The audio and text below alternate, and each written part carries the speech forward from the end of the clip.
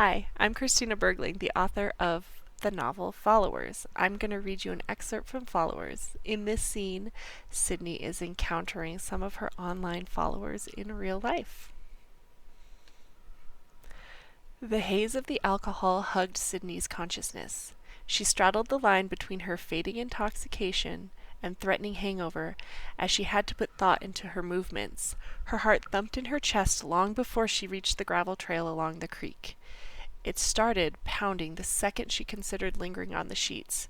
It rattled her ribs in some contradiction of regret and purpose.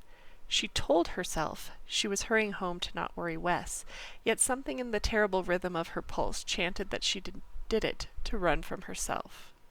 Her skin prickled as her hurried steps scraped along the dirt. She wrapped her arms tightly around herself, and her messenger bag bounced violently against her side. She knew to ignore the rubbing sound this time, yet that knowledge did not stop all her senses from reaching out in desperate caution.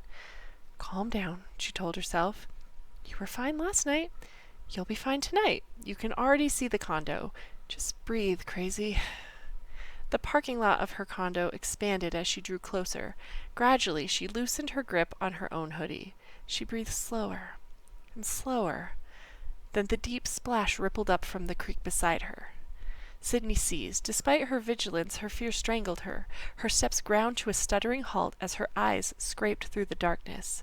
The second plopping splash brought her awareness back to her flesh. By the time the branches whined and snapped, her legs had instinctively started to run toward the dim lights on her condo. But not quick enough. The sound moved through the darkness unimaginably fast. A second set of feet threw crunching slaps on the gravel. Small stones ricocheted out into the night. Sydney found herself clawing through the air, groping into the night, hoping it would propel her forward. Even over her own ragged gasps and banging nerves, she heard the footsteps gaining on her. Two hands materialized out of the black behind her. Seizing handfuls of her hoodie, fingertips dug into her and yanked her from her run. Her hands splayed out into the impact as she tumbled violently to the dirt.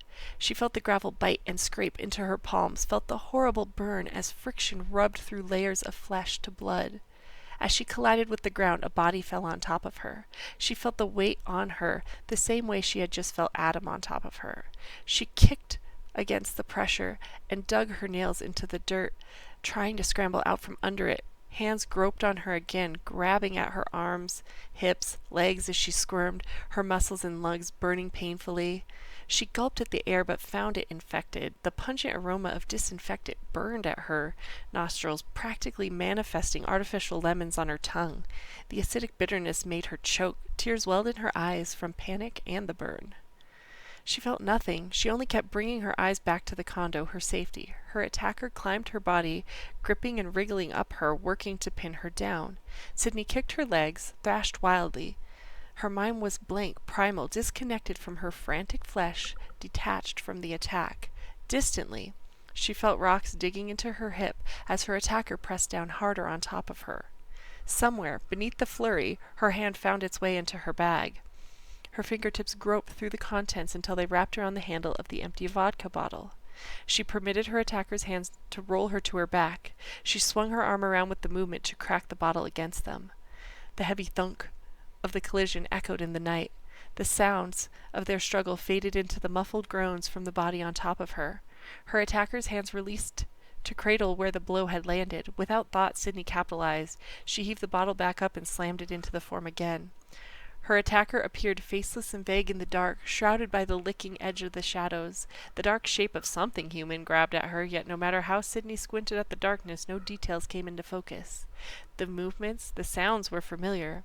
She knew a person was on top of her. Who that person was meant nothing to her in that moment. As her attacker howled and rolled off of her, she dropped the bottle. She scrambled to her feet and ran the same sprint as the previous dark night, her panic turning her vision into a blur. So Sydney goes total white girl in a horror movie and decides to walk alone in the woods at night. If you want to see how that goes, you're going to have to read Followers for yourself. So go ahead and find the links to get your own copy.